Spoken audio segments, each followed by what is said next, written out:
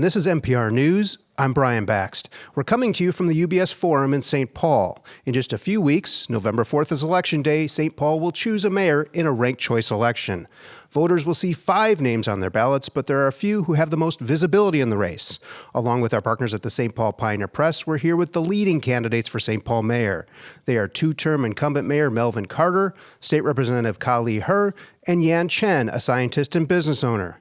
There aren't a lot of ground rules to go over. All 3 of you will have plenty of chances to get your views across, and we'll offer spaces for responses where it is appropriate. There's no hard clock. We're asking you, though, to be as succinct as possible in your answers so we can cover as many topics as possible.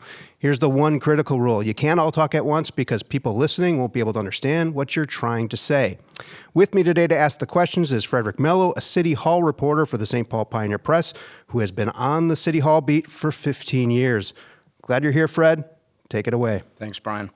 We're going to open with questions about economic development and the general vibrancy of the capital city. And we'll start with Mayor Melvin Carter. When you were running for this job the first time in 2017, you told me this. This is a quote.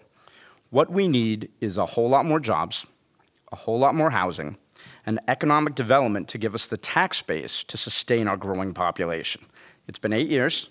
How do you think you delivered on that, and how would you rate your own progress there? Well, first, thanks for having me on. I appreciate you guys hosting us and having us here.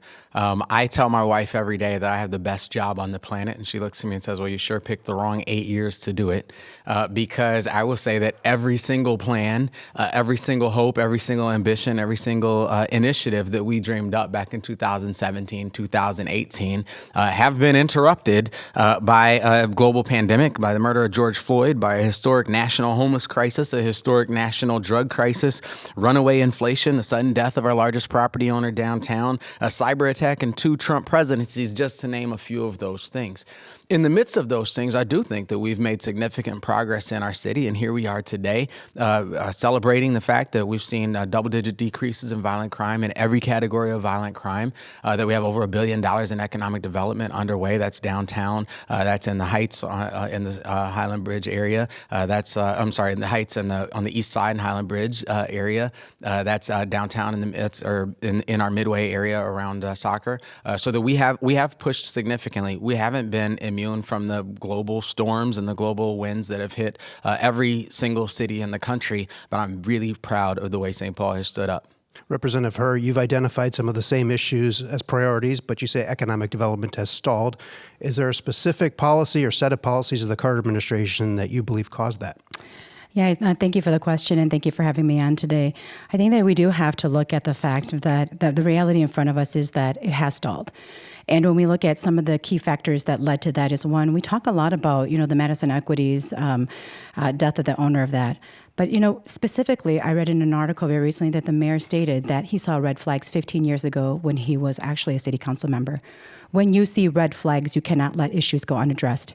We could have done things like actually work with the state and work with putting renters who are actually paying their rent into a rent escrow where the courts would have held that money. And in order for Madison Equities to get that funding, they would have had to fix their properties. Those are tools that already exist for decades that that were not utilized. When we think about what happened with rent control, that though I've been a huge proponent of tenant protections, rent control itself decreased our ability for businesses and for developers to want to develop in the city of St. Paul. That these are issues that we literally created policies which said that we would not make ourselves as competitive as other cities. And so those are just a few things. In addition, if you look at the support of Black and brown businesses, minority-owned businesses, and the ability for them to actually get access through the city, if you look at the percentages of which we approve contracts and work with them, that we actually have done less in this administration than the previous administration, that the focus on small businesses and innovative Black and brown businesses specifically, that we've invested less into them. These all contributed to Mayor, it. hang tight for a sec. Fred's going to try to get Jan into this conversation. We'll come back to you for sure. Yeah, Jan, you're the only one here who is not a part of government now, obviously. How dramatic of a shift in course on matters like economic development can voters expect if you were mayor? I would say I would do everything differently, right? Because the matter of fact is what I see our government have been doing. They either ignore the problem at the root cause or throw money at the private business and wish they can solve the problem for them. Neither solution will work. I think for government, really need to figure out the root cause of individual problem and learn how to adapt. Because at the end of the day, we always will face challenges. If government doesn't know how to adapt, innovative, we will never succeed. I think America famous for its innovation, and the government needed to be innovative too. Mayor, to the suggestion that you missed up some red flags and rent control is part of the problem, what do you want to say? Well, the first thing that Representative Herr is right about is there have been long-term red flags. The downtown St. Paul that I grew up in was centered around department stores and office buildings. The internet happened to department stores, we all know that, and the pandemic fundamentally shifted the way work patterns happen. So when those two things got pulled, what was supposed to be our organizing principle? We have an incredible asset in the Minnesota Wild and the Grand Casino Arena. That's one of the reasons why I believe we ought to be investing in that facility. My opponents oppose that investment, which I think is short-sighted. But just because you weren't a part of those conversations doesn't mean those conversations didn't happen. When I got elected mayor, to the point that you asked, Fred, we were the largest city in America not to have an independent organization like the Downtown Alliance, which is why on day one we went to work building that in partnership with corporate and civic leaders. That's really critical. And to the question of the work that we did under the previous administration to expand our city's ability to contract with disenfranchised and disadvantaged vendors, businesses run by women, people of color, et cetera. All of those things were the work that I did. If you look at the ordinances that empower all of those things, it's my signature as the sponsor. I built that work, and we've, of course, continued it. Here's a question about a very specific downtown economic development project, and this one is for Representative Herr. St. Paul has floated the idea of building a downtown walkway, a promenade, called the River Balcony, that would cost taxpayers $114 million. That's not a small amount. Is that a project you would advance if you were the mayor? And where would it fit in your kind of priority list of revitalization plans? And thank you for the question, Fred. So the river balcony is actually something that, a project that has come to the legislature and requested for bonding. This is a Ramsey County proposal, and it had the city's backing. I will say that I will group the river balcony in with all of the ways in which the city has come to the legislature for bonding, is that when you're a partner who doesn't actually show up to have conversations with your legislative delegation, that it creates problems for you to be able to get bonding bills passed. And so the Minnesota Wild, I'm very much in favor of the city making sure that it takes care of its assets. But when you don't return phone calls to your St. Paul delegation members and you don't work with them actively in order to push these agenda forward, you will have problems passing bills because an individual doesn't pass bills by themselves. They have to get the buy-in of other legislators in order to do so. I will say that the river balcony is an interesting idea, but I've asked many questions around the river balcony. If the goal is to be able to have people have access to the water, which was one of the priorities in which they told me it gets people closer to the water, there's actually not access from the river balcony to the water. And two questions around how we mitigate the fact of that flooding, when the 100-year floodings is actually greater, they're happening more frequently, and that what was the plan for how to deal with flooding and the impact on the building is that I did not get sufficient answers for that because I had already done tours of the properties that are along the river, and we have one park along the river that it costs us $1 million every time it floods in order for us to clean that park up. I did this tour with Works and with Parks, and so we cannot keep building and putting money into assets that we continually have to put money into fixing it, and people can't use most of the year. And so these are all things that go into when we want to build buildings, why it is we're building it, and how is it going to be sustained. Mayor, 30 seconds to the suggestion that you're not consulting enough with the delegation up at the Capitol. Well, one, that's what assets are. If you have an asset, you have to continue to invest in it. The notion that we should build infrastructure that we don't have to invest in sounds like a fairy tale. I sure wish the world worked that way. We do engage our legislators quite a bit. This is a topic that I would love your leadership on, Representative. But for you to say that you just have questions about things that have been to the Capitol, that have, whether it's us talking about Summit Avenue or us talking about our river balcony. Our river balcony is incredible. As I talked about our organizing principles downtown, we have more riverfront than any American city.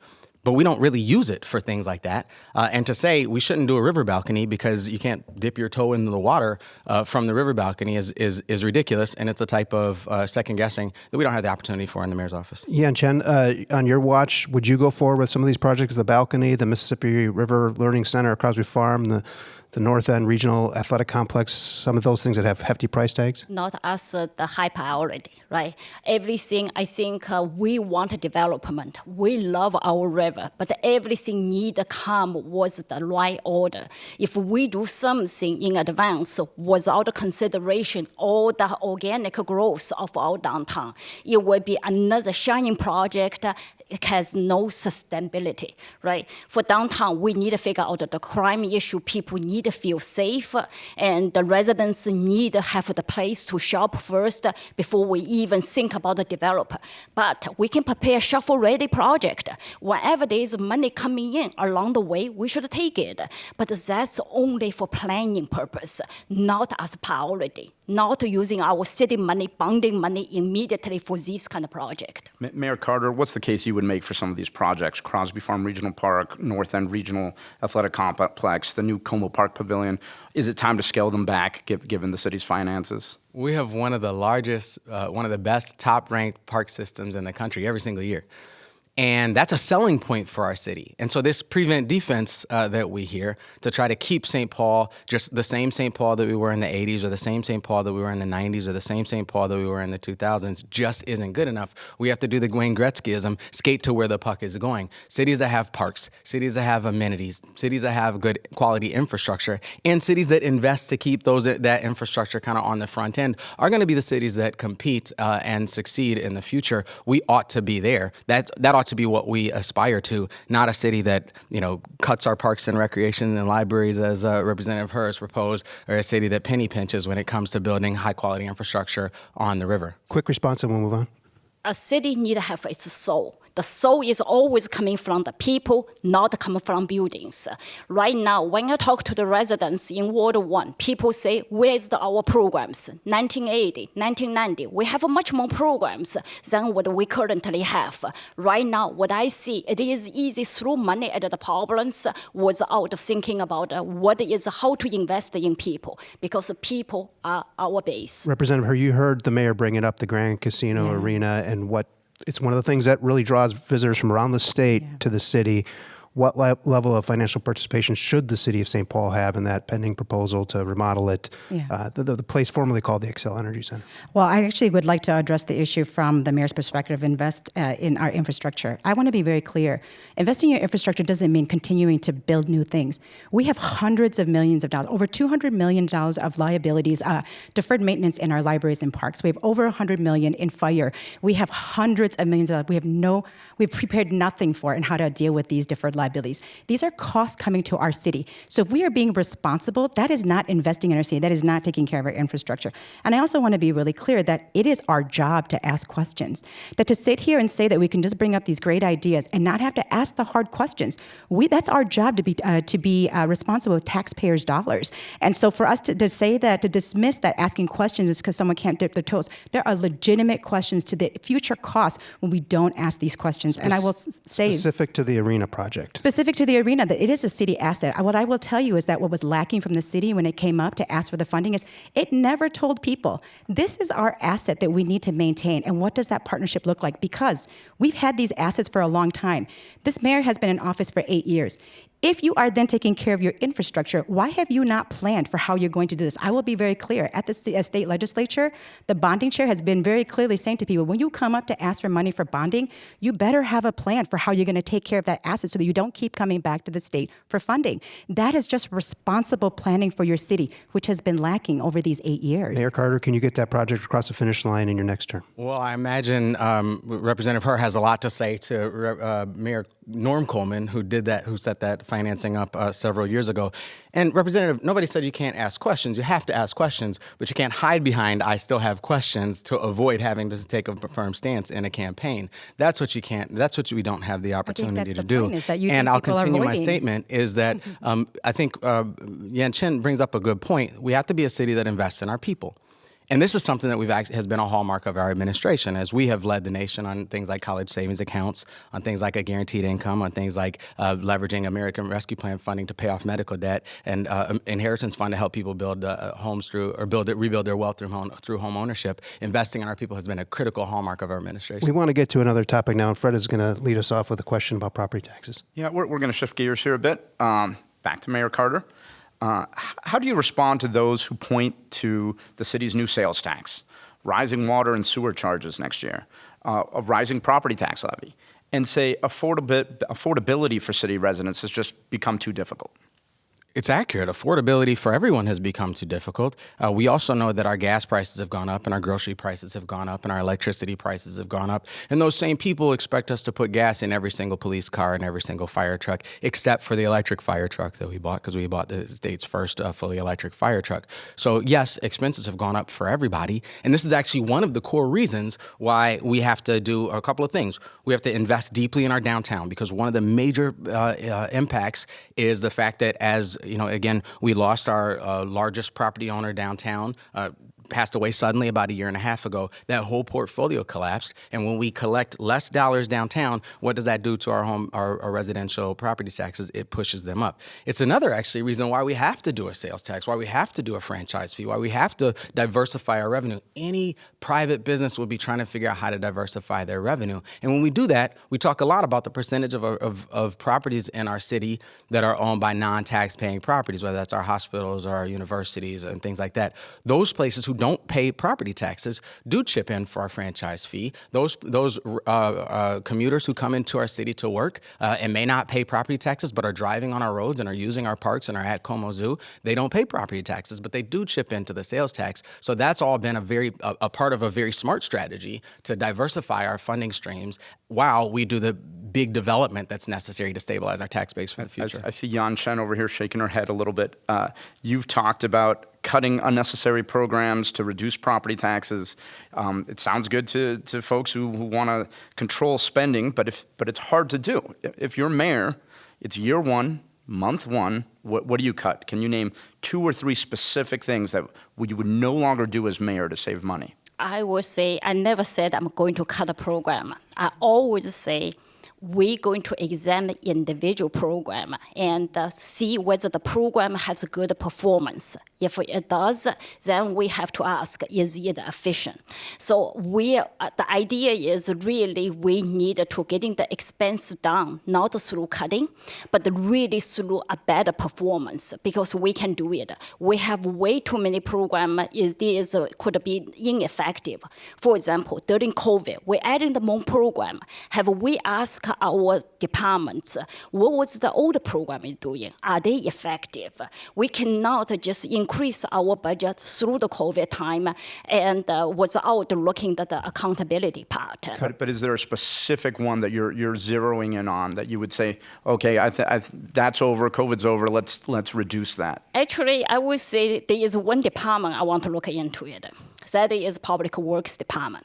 Public Works Department take $200 million of our city budget, which is the highest budget as overall budget for the Public Works Department.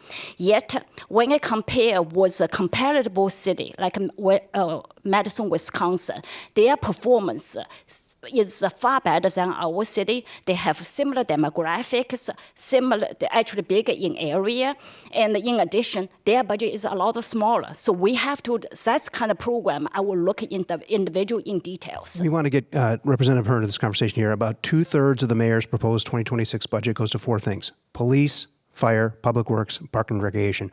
Within that, salaries and benefits are the main component. How do you maintain service levels and contain property taxes? Absolutely. So I think that this is where we have to diversify our revenue streams, and we have to look at, I think the mayor made the statement that I said I would cut parks and libraries, and I've never said that. I said we would look at their processes and we'd streamline them where there is overlap. That means that we should really look deeply at the levels of government and who is doing which work, and where we can then redeploy those resources. Process improvement, so clearly I might be the only one that has experience in this, doesn't mean elimination of jobs when you find efficiencies. It means that you streamline processes to make them more efficient, which means that they're usually, you cut costs when you do that. I will say that additionally, we have a lot of opportunities in our cities. When we look at where EMS, right, for one example, our EMS is one of the only cities that deliver all of our emergency services from fire. And in my conversations with fires, that we haven't increased our reimbursement rates of the services they provide. We do not actually request reimbursement up to the actual service that we could do for the cost of it. And so just even in doing that, we could bring in millions of dollars new revenues into this that is not a tax onto people. It is that we're billing the insurance company that we're doing the work for. Mayor, in your response, is this streamlining that she's talking about, is it something that you think is feasible? I think that's really smart. We ought to be streamlining, which is why we're streamlining. I'm sure you heard us have a conversation with my staff, with City Council recently about increasing those EMS fees so that we can solve that. We are streamlining, for example, and I can give actually specific examples of how we can use streamlining in the city. It seems like I'm the only one at the table who can. For example, that EMS program, that's our emergency medical responders. They're the folks who come in the ambulance and they respond when somebody has a coronary event or when somebody has a lower acuity medical event. We created what we call a BLS system, a basic life systems response team, which is essentially a team of EMTs on a van who can come and respond if I sprain my ankle and keep our EMTs kind of there. We created a system that creates what we call our power rig to create a peak staffing model. We know which hours of the day. We know that it's more likely that we're going to get 911 calls at 8 p.m. than at 3 a.m.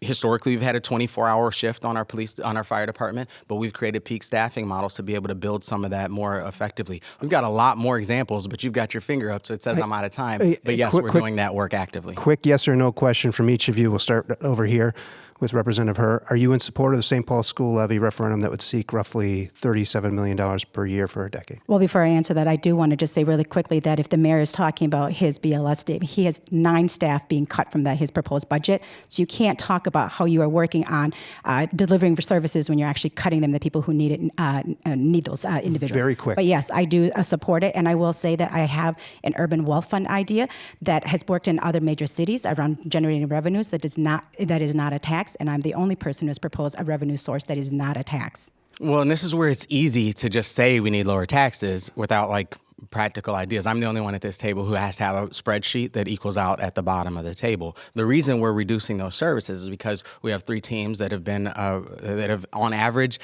taken care of about 7 calls a night.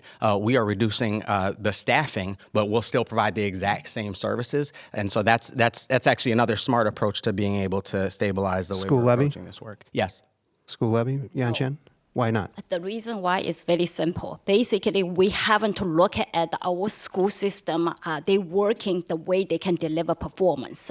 So as a mayor, I will help the school grow by employing a single individual as a school coordinator.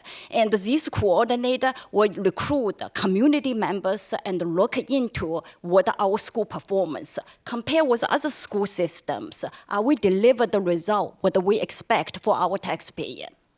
Okay, I wanted to make sure I got that. So 2 yeses on the school levy and 1 no. Yeah. Okay, thank you. All right, let's change the subject here to crime and guns. St. Paul has seen major measures of violent crime come down from pandemic-era peaks not long ago. Still, there's this perception that parts of the city are unsafe. So to Representative Herr, to start us off, is St. Paul safe? And what is one area you'd ask your public safety team to focus on to make it more safe? And I think that we ask that question as if the city of St. Paul is the same across the entire city. I live in a neighborhood, in a district that experiences, I would say, really low levels of crime or what people would perceive as safety issues, right? But if you ask somebody who lives in the east side or somebody who lives in Frogtown, they're going to give you a very different answer. If you ask somebody who lives along the light rail corridor, that they're going to give you a very different answer. And so I think that there needs to be nuance in these answers, and that when we ask blanket statements like that, it is challenging because there are many, many people in our city who do not feel safe. And when we think about violent crime, as if that is all crime encompasses, it's just not true.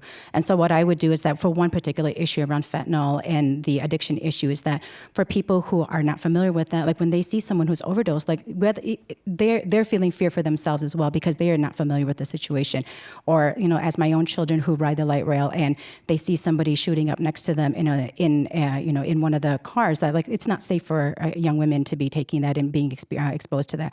So I say that there's a lot of work that we have to do around that. I would work with law enforcement. I would work with our nonprofit partners who I've already had preliminary conversations with about their capacity in order to take people who have addiction issues, in order for us to work with our congressional level who has some of the funding that can bring in additional resources around Suboxone so that we have that available, and that also work with our healthcare institutions who right now are dealing with the crisis around how to deal with these emergency services, that we have to actually bring everyone to the table when we talk about public safety and addressing that issue. Thank you. Let's get Chen in here. Is St. Paul safe?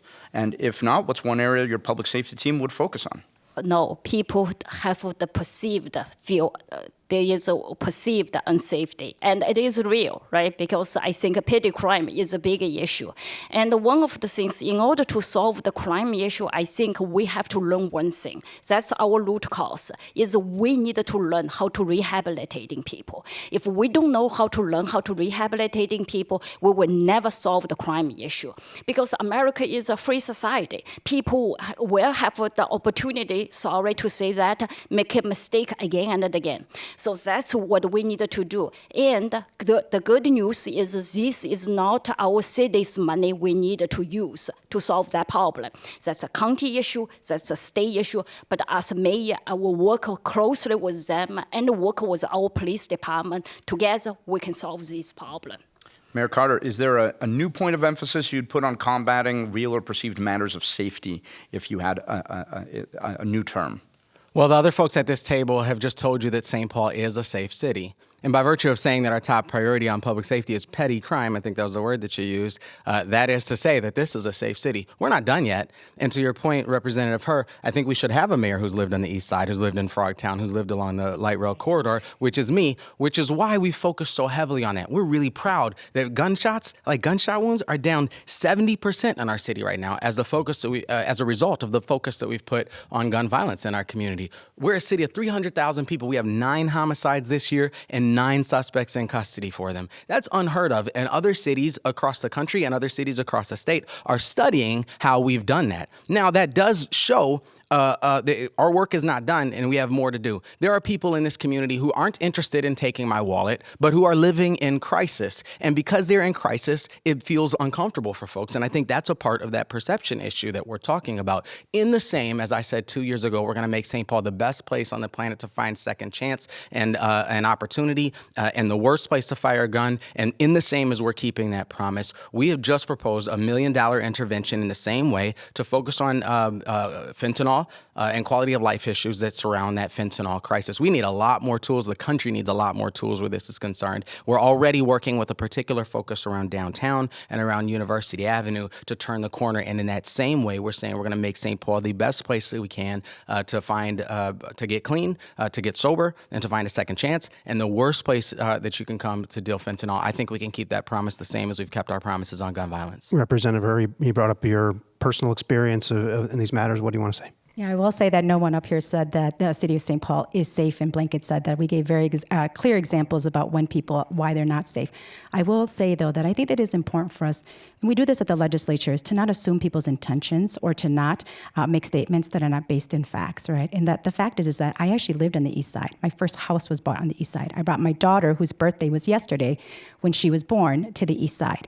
My family actually broke the cycle of poverty living in Frogtown and living in Midway, and they were the first people to build businesses along the University Avenue and the light rail. So for us to sit here and make blatant statements because we don't know other people's lives experiences, I think shows the arrogance of how we do this work and not really then understanding the people who are part of those communities. Mayor Carter, you'll have a chance. I'm coming back to you anyway here on guns, which is a point of focus for you lately. You've suggested that you would seek a new ordinance barring assault-style weapons, even though it could be barred or it could be on shaky legal ground given that state law that bars local gun ordinances. Will you still try to do that with that state law in place? And what would the city gain from inviting a near certain court challenge? Well, first, Representative Herr, you may have misheard me. I didn't say you didn't live there. I said I did. I do live on the east side now. You were the only one. I said I do live on the east. You were the only one. You'll have a turn. I did say I do live on the east side, and it said that along the neighborhood corridor is where my family grew up. On guns, absolutely. We were at the Capitol today. We have a coalition of 15 cities that we're starting with, and we are actively recruiting additional cities. We're passing 4 measures in St. Paul. St. Paul is going to go first, and other cities are following us as they should. We are going to say we're passing an ordinance that bans public possession of assault weapons. We're banning the devices that turn regular guns into weapons of mass destruction.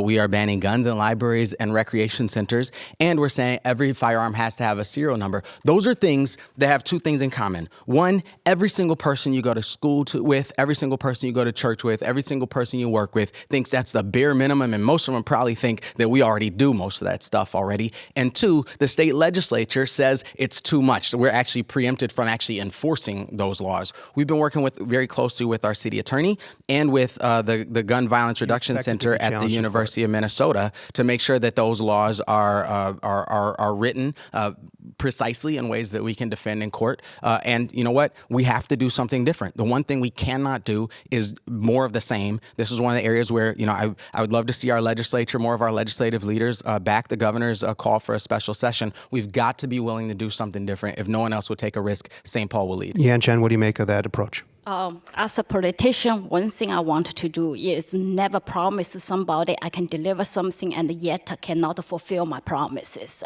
I think we know the assault weapon ban. If Obama cannot pass his legislature, I think we have very little chance as a mayor to do that. But as a mayor, I will focus on one thing. One is work with state government to getting this legislature passed.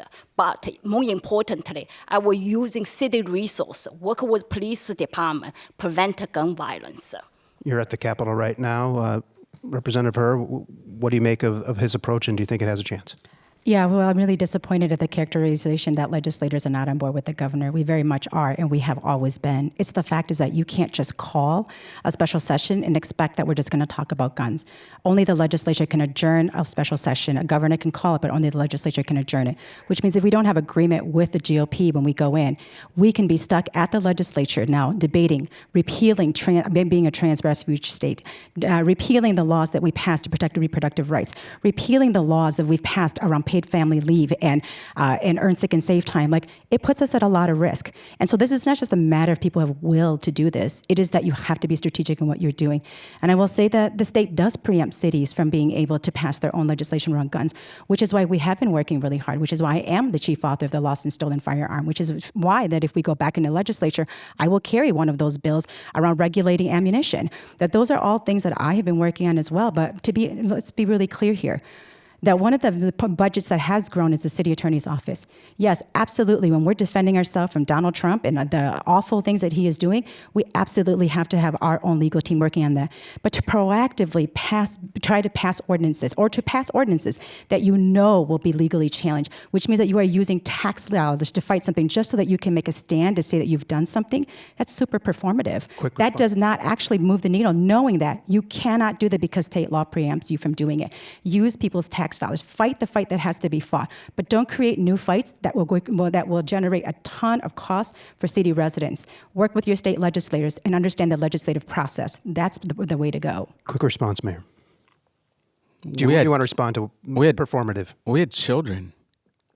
Minnesota children were praying in a school, in a church, and the stained glass window above them was shattered as more than 100 rounds rained through their stained glass window. This sounds like a Quentin Tarantino movie, but it's not. It's Minnesota in 2025. And I'm hearing a lot of reasons why we shouldn't do anything, or why we should wait, or why we should be more strategic, or why we should ask more questions. And no, I didn't say every legislator. I said there are some, I think we agree that there are some legislators who oppose any action whatsoever on guns. And if we know, and this is look, I tell folks all the time, when issues prove too hard for the White House, when issues prove too hard for the state capitol, they come to City Hall. And when the Capitol or Washington, D.C. can't do what the vast majority of Americans believe is appropriate, or the vast majority of Minnesotans believe is appropriate on guns, we have to address gun violence. We are fighting gun violence on every single front in St. Paul. That's why gun violence in St. Paul is down by 70%. It would be asinine for us to say we're not willing to fight gun violence in the courts. We're going to segue from one heavy topic to another heavy topic, which is homelessness. Again, with Mayor Carter, anyone driving through St. Paul sees evidence of how bad the problem of homelessness can be here. Affordable housing, potential solution, it's a long game. It's obviously a tricky one. When you see people holding signs at every busy intersection in town, any busy intersection, what goes through your mind? What does it say about the capital city? I think that that's an enormous amount of potential that we have an opportunity to capitalize on. We, in my first year as mayor, we had, I think, 19 people sleeping in tents in this city. And we had this big meeting in my office, and I'm oversimplifying, but half the people said we need to bring in, handcuffs and bulldozers, and the other half of the folks said we need to bring in porta potties and help make folks comfortable. I said, look, we can find a much more balanced approach than that. We have built an approach, and this is another area where cities, again, just across the river, cities across the country are studying the way that St. Paul approaches, because we've switched to a by-name registry. We have literally a list of names of the individuals in our community and how we're going to work and to connect with them and to facilitate them transitioning back into housing. We have experienced nationwide the largest census as counted by our point-in-time counts, the largest census of people experiencing homeless shelter since the count began.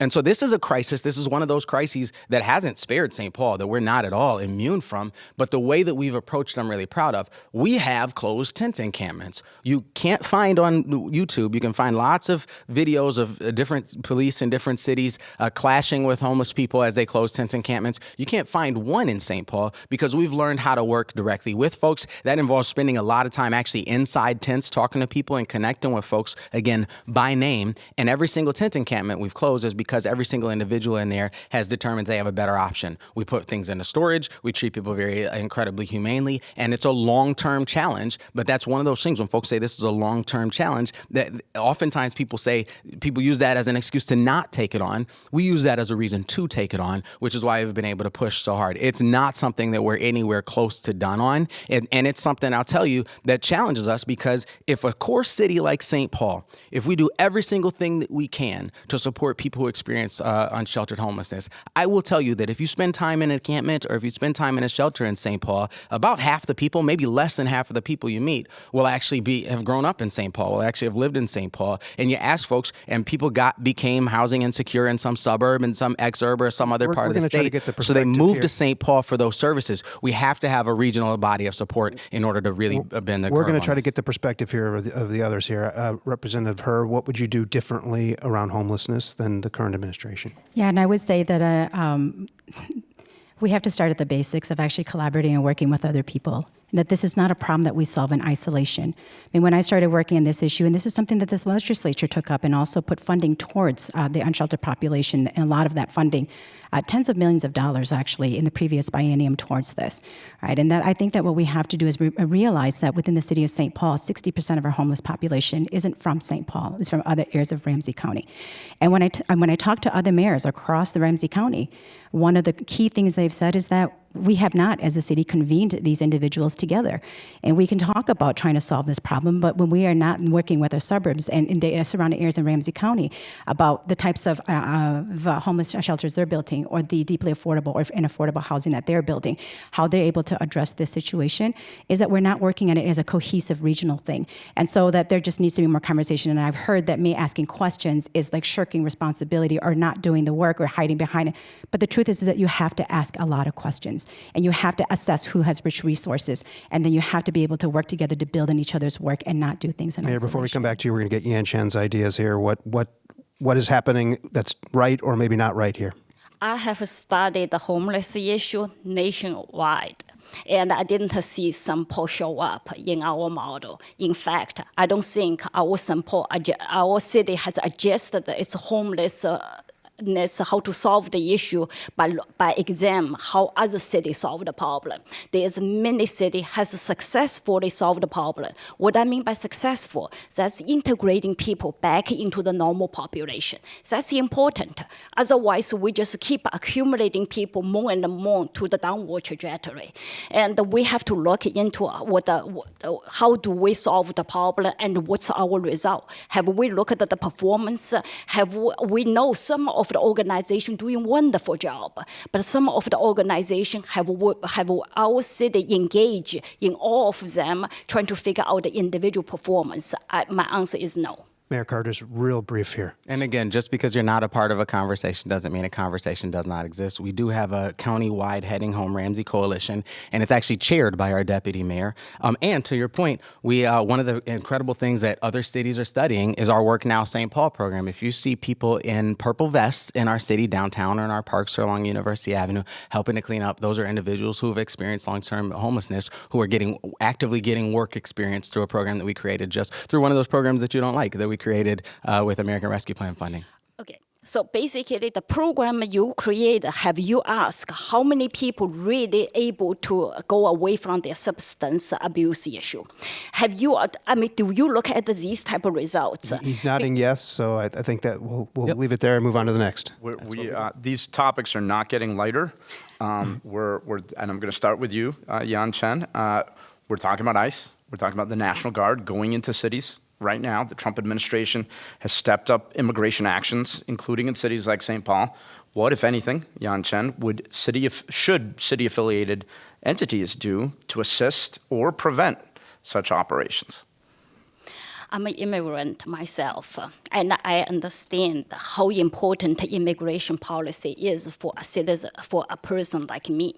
However, one of the things what I realized in America for 30 years, our federal government has ignored our own labor force, American labor force. And when a federal government ignore our own labor force, that's the result what we're seeing. They're using right now immigrant as a scapegoat. What I would do is talk to the federal government, really say, look, help us solve the issue at its root cause. That is, let's nurturing American labor force. Let's don't go back to the old war. Whoever the residency is already in our city, let's treat them as our citizens and work with them, help them to be part of our society. So talk to the federal government. Mayor Carter, is that enough? What should the city be doing to assist or prevent ICE? I sure wish just talking to the federal government would be enough. It won't be. We were named, I was named very specifically in a White House release just a couple of months ago as an example of a local leader in the country who wasn't going along with Trump's plans. We're not going along with Trump's plans. We've said from the beginning, our police officers will never be ICE agents. All of those violent crime statistics and all the ways in which we're making St. Paul safer is because people trust our police officers. You can't just break that promise for one person. If we break it for one person, we break it citywide. That's not enough either. The Trump administration has threatened us on our sanctuary cities and our ability to connect with the immigrants and refugees in our city on a number of levels. We have 2 lawsuits active against the Trump administration right now. We've won injunctions in both of those. We've got 3 more that we are in the process of preparing right now. And one of them is very specific. We had a political assassination in Minnesota just a couple of months ago. Someone who's very dear to the two of us, our former Speaker of the House, Melissa Hortman, was killed in her home by someone who had a mask on and who was pretending to be law enforcement. We cannot allow people to pretend to be law enforcement, to hide their identity, to be unwilling to show a badge or a uniform, unwilling to show a warrant. LA, for example, has successfully pushed back in court. We're working with LA to follow in their footsteps and do that.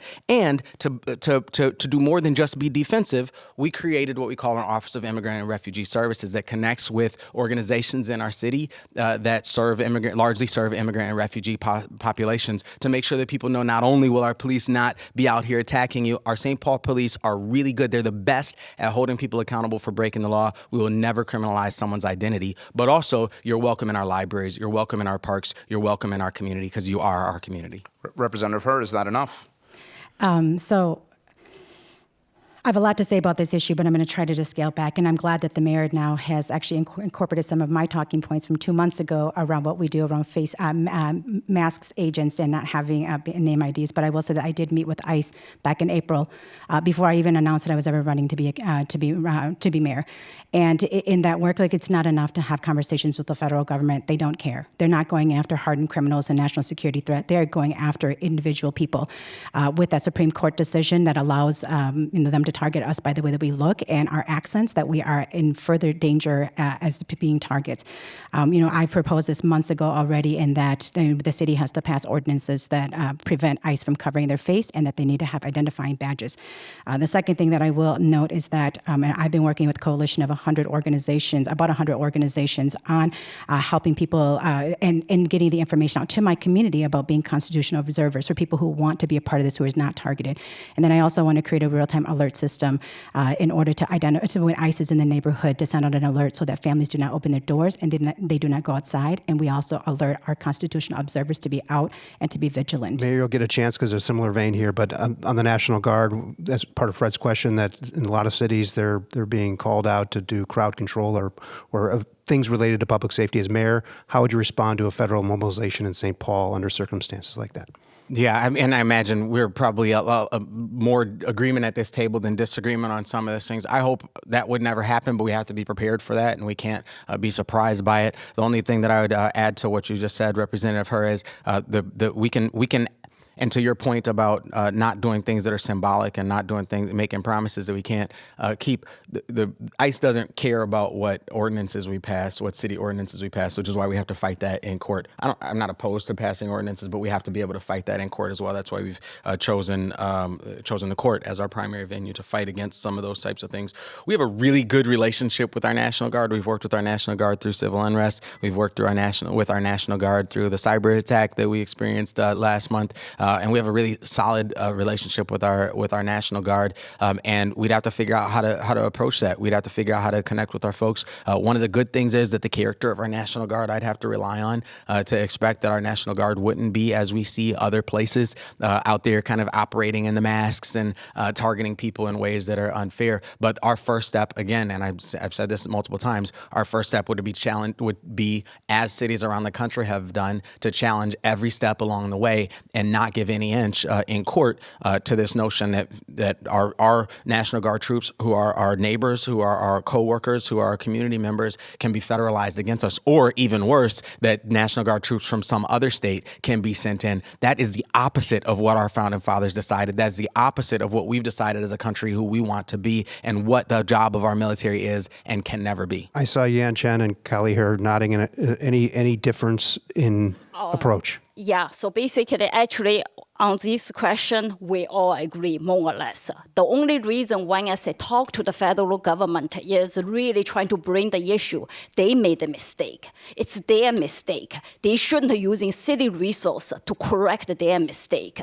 That's when I say talk to them. Doesn't mean I'm not demanding. I'm demanding they back off, because when they made a mistake, they should own it, rather than ask a city to assess them to do things differently. One more quick topic before we move to a kind of more or less a closing section here. Fairly or not, a lot of the public fury directed at city mayors is when residents' trash isn't picked up on time or their street isn't plowed quickly enough. If you're mayor for the next few years, what changes or commitments would you make to residents about how those vital services are handled? We'll start with you, Representative Her. Yeah, so my commitment is that we do these things, but not just do them equitably. I will say that as somebody who one year I hit 10 potholes and had to replace 10 tires, that I found out that there was a pool of funds that the city actually can reimburse for if they're not taking care of their potholes. And all of my claims were denied. And then when I asked them why were they denied, they gave me examples of why it was denied, and I asked them to relook at it again because those potholes had been reported. And what I found out was that they don't have processes that actually address these issues. They don't have processes that actually look at how we equitably deliver these services. And we can say that we do, but we don't. When I go into the east side, when I go visit my family members there, and my streets south of 94 are plowed, and the streets are very clear, but we don't see that that's the case in Frogtown. I had to park my car on a busy street and walk over because the ruts were so deep and the ice was so compact. That is actually, I went to 2 senior home facilities this past week, and that was the biggest thing they said to us is their streets don't get plowed.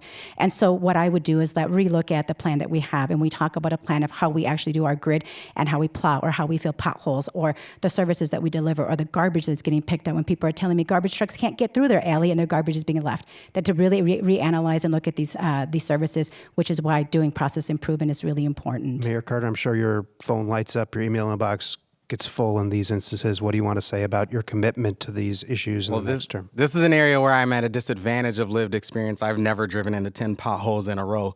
But it's important that this was an afterthought. Like this is our final question as we go into our closing comments. But a few years ago when I ran for re-election, the only thing we wanted to talk about was infrastructure. A few years before that, our whole city conversation was around trash. We have doubled our pace to rebuild our main roads, which is why infrastructure isn't a center. I mean, one of the most proud things I am around this election campaign is the things that we're not talking about. We're not talking about homicides because we've only had 9 in our city and we've got all 9 suspects in custody. We're not talking about infrastructure because this race doesn't center around infrastructure because we've doubled our investment to rebuild our main roads. And we just in the last couple of months switched the trash hauler for every single resident, every single household in the city. And we're not talking about trash because our team knocked it out of the park so well. That's really incredible. One of the areas we have to grow, and I nerd out, I get excited about hyper municipal things. This year, one of the things that I'm excited about that nobody's as excited as I am about is the fact that for the first time in St. Paul history, you have city employees who are actually picking up the trash. City employees are covering about 10% of the routes in the city right now, which is important. And I'll tell you one example of why. The first day they did that, they finished their routes at about 3 o'clock and I got a text. I didn't know how much I needed these words in my life, but the text said, we finished our routes early. We're switching to proactive work on illegal dumping. I didn't know that was my love language, but that's a beautiful thing. And so one of the things that we're going to do is expand the percentage over the years of routes that our city employees can pick up so that we can expand the impact that they're having on it. This is the fact that this is an afterthought question is an example of really good work being done by a whole lot of city employees. Yeah, and Chen, your public works pledge to voters. I would say, as a mayor, actually, I would take responsibility for everything happen under my watch, right? Because that's really mayor's job. And to the performance of what the Mayor Carter just said, I think the question is, do we have the right performance? Trash is a bigger issue. Residents are still not happy about it. Yesterday, we went to West 7 District Council. He didn't show up at the District Council because the trash issue, the trash contract is not fair, and the price is not right for the residents. And the residents just gave up by now. Doesn't mean residents are happy about the trash contract. And here, the data is important. We can compare across the river how Minneapolis do it, compare with how we do it. And then we should start to say, did we do the right thing? Okay. This will be the final question here, and it's what's your big thing? Campaigns and elections are a chance to vision cast. They're a chance to inspire. As we move to the end of this debate, please focus your closing remarks on the big thing voters can expect from you if they have you as mayor for the next 3 years. So yes, and for our listeners, this is going to be a 3-year term because of a change in the election calendar for St. Paul, moving to even year elections. We're going to give you each about 2 minutes, and we're going to start with you, Chen. What's your big thing? My biggest thing would be housing. Actually, I think the housing, our residents is not happy with the housing. I think home ownership is really the biggest issue to do it right. However, to do it right, it is really we have to examine a lot of issues. The issue, some of the mistake is coming from the city. Some of the mistake is from our past administration, and some of the mistake coming from state and from federal level. So there's multiple mistakes there. But for a city, for a mayor needs connecting dots for residents. And we can do it by using the city resource because that's what the city really has, connecting the dots for the residents. And as a research biophysicist, I think what I'm proud of is able to solve the problem at its root cause. Is this the close statement? Yeah, I think we're going to move on to Representative Herr. What's your big thing? Yeah, so my big thing is maybe somebody would look at that and say that it's really a nothing burger. It's not a big thing. My big thing is actually being able to do the nuts and bolts of our city well and being a responsive government. In this conversation, I try to be an eternal optimist, but in this conversation, I heard things like, that we have knocked things out of the ballpark. We've knocked it out of the ballpark. And I think that if you ask residents of our city, Are they seeing is their lives better now than it was 8 years ago? Are things getting, the way we do work, getting knocked out of the ballpark? And what I will tell you is that having knocked over tens of thousands of doors in just these last few months, that residents are saying our city is not doing well. That when you ask our union members, when you ask our library staff, when you ask our park staffs, if they're being listened to around the issues that they're dealing with as the frontline workers, if you ask our firefighters, if you ask our police, is the city working for the jobs that you have? That overwhelmingly they will all tell you it is not. And when you ask the partners at the city level and at the state level and at the county level and at the school board level and at the congressional levels, that are you having the partnership you need from our city in order for our city to do well, they will overwhelmingly tell you that is not. And so, and there's a political issue and there's an actual issue, right? There are people who are saying, yes, I support the current administration now. And, our mayor has claimed that he is the majority of the city council members, but behind closed doors, people are not saying what is really happening because they are saying that our city is not doing well. They're not having conversations with City Hall. City Hall is not responsive. And so what I will say is that as a refugee to this country, as someone whose family has broken the cycle of poverty in one generation, and as someone who that really believes in what Melissa Hortman told us, is that these seats do not belong to us. We have to go out to earn the right to have these seats. Let's move to Mayor Carter here. Well, I'm just going to finish really quick here that with the 4 priorities of having safe communities, thriving economies, abundant and affordable housing, and protecting our neighbors, that is what people are asking for because we're not hitting it out of the ballpark. Nuts and bolts and being responsive. That is my big plan. Okay, Mayor Carter, what's your big thing? Well, you're right, Representative Herr. I do have the support of a majority of the city council. That's not a claim, it's math. It's 4 of 7. Our most urgent priorities are addressing the opioid crisis, building way more housing, continuing our momentum downtown, and taking care of our neighbors, particularly the neighbors who are being unfairly targeted by ICE and the neighbors who feel disenfranchised and disempowered in our community. The big thing might be, though, that we just won't get to the St. Paul of the future by repeating all the same processes and all the mistakes of the past. When people say stick to the basics, what they mean is stick to the things that cities have done before. When people say college savings accounts and medical debt and things like that aren't the city's job, what they're saying is stick to the basics, stick to this playbook that we're used to. I ask people a lot of times 2 questions. One, define precedent. Precedent is just the word that we use in the public sector for the way things are always done. And we actually think that means because they've always been done that way, that means that's the way they should always be done. Then I ask them to define the word insanity.